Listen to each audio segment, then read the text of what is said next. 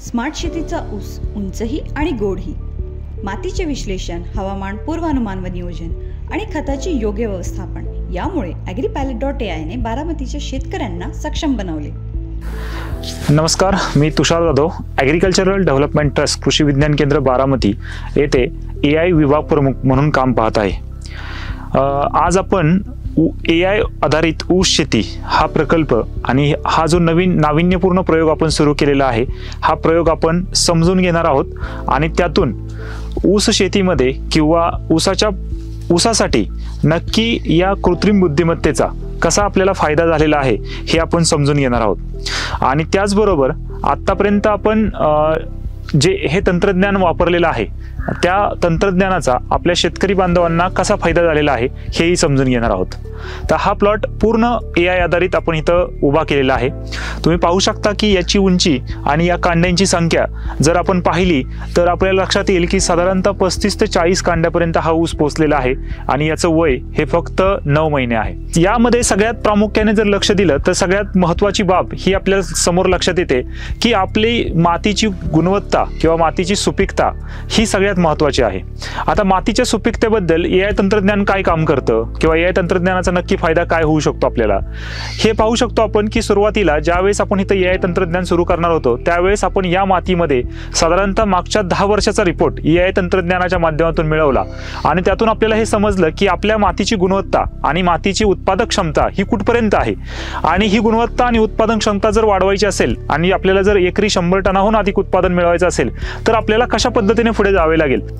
दुसरी सगळ्यात महत्त्वाची बाब म्हणजे आपण सगळ्यात महत्त्वाचा विषय येतो की बेने निवड असेल, कोणत्या जातीचा ऊस इथं लावायचा, कोणत्या मातीच्या परीक्षणाच्या आधारे कोणत्या ऊसाची निवड इथं करायची, कोणत्या ऊस जातीची निवड करायची याचीही माहिती आपल्याला AI तंत्रज्ञान देऊ शकतं। त्यानंतर आपण जर सगळ्यात महत्त्वाची बाब निवडली तर साधारणतः आपण पाहू शकता की मी जर समजा 265 व्हरायटी लावत असेल तर माझं ऊसाचं अंतर किती असावं, 2 डोळ्यांमधलं अंतर किती ठेवलं पाहिजे। त्यानंतर आपण जर पाहू शकतो की यामध्ये लागवड करत असताना रोपांची संख्या किती ठेवायची, त्यानंतर साधारणतः 4 महिने झाल्यानंतर किंवा 6 महिन्यानंतर रोपांची संख्या म्हणजे एकूण कांड्यांची संख्या ज्याला आपण शुगर फॅक्टरीला जे ऊस जातील त्यांची संख्या किती असली पाहिजे। तर हे सगळं जे गणित आहे याचं सगळं जे काही नियोजन आहे हे AI तंत्रज्ञान आपल्याला शिकवतं। यानंतर सगळ्यात महत्त्वाची बाब येते की जसं मी आता सुरुवात करतोय, लागवड करतोय, पण लागवडीला मला बेसल डोस काय टाकायचा ज्याला आपण रासायनिक खत व्यवस्थापन म्हणतो।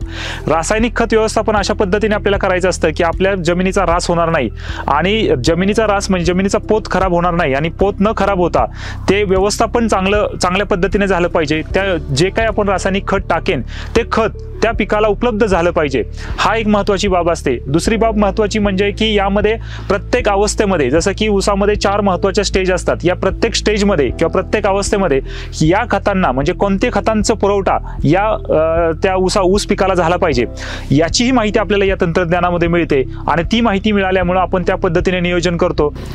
कीड रोगांबद्दल बोलायचं झालं तर प्रत्येक लागवडीपासून म्हणजे बेने निवड असेल, बेनांपासून रोपं तयार करणे असेल, रोपांची वाढ असेल, गुणवत्ता असेल, नर्सरीमध्ये कोणते कीड व रोग येऊ शकतात प्रामुख्याने, तेच रोपटं ज्यावेळेस आपण ऊस आपल्या प्लॉटमध्ये लावतो त्यावेळेस कोणते कीड आणि रोग येऊ शकतात याच्याबद्दल जी माहिती आहे याला सगळ्यात महत्त्वाचं म्हणतो की क्लायमेट बेस जे ॲडवायझरी असते। म्हणजे उदाहरणार्थ आता समजा ढगाळ वातावरण आहे, जास्त आर्द्रता आहे, अति म्हणजे उष्ण तापमान आहे किंवा तापमान कमी आहे, त्यानंतर आर्द्रता जास्त आहे, अशा वेळेस किंवा जास्त पाऊस आहे तर अशा वेळेस कोणता रोग आणि कोणता कीड हा प्रामुख्याने ऊस पिकावरती येऊ शकतो याची म्हणजे अचूक माहिती आपल्याला या तंत्रज्ञानामध्ये मिळते।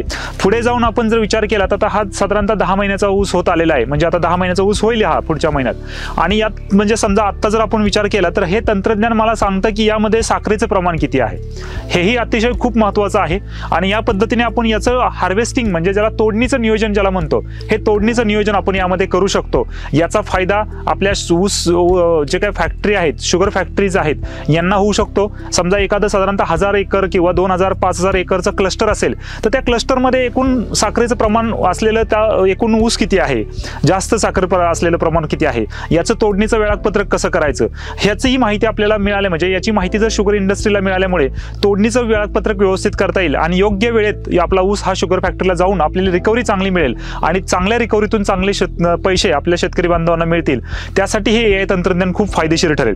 यामध्ये प्रामुख्याने उल्लेख जो आहे तो आम्ही agripilot.ai यांचा करतो. यांनी हे तंत्रज्ञान आम्हाला शिकवलंय.